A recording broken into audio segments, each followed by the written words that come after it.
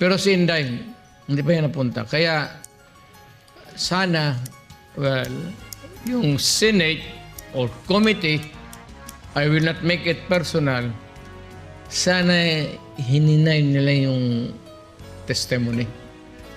Kasi lalabas yung totoo. Kagaya na. Yes. Even lahat yung sinabi ni itong si kumpare ko, yung pangalan itong putang Alias ina. Rene, Mayor. Alias Rene. Pare Rene.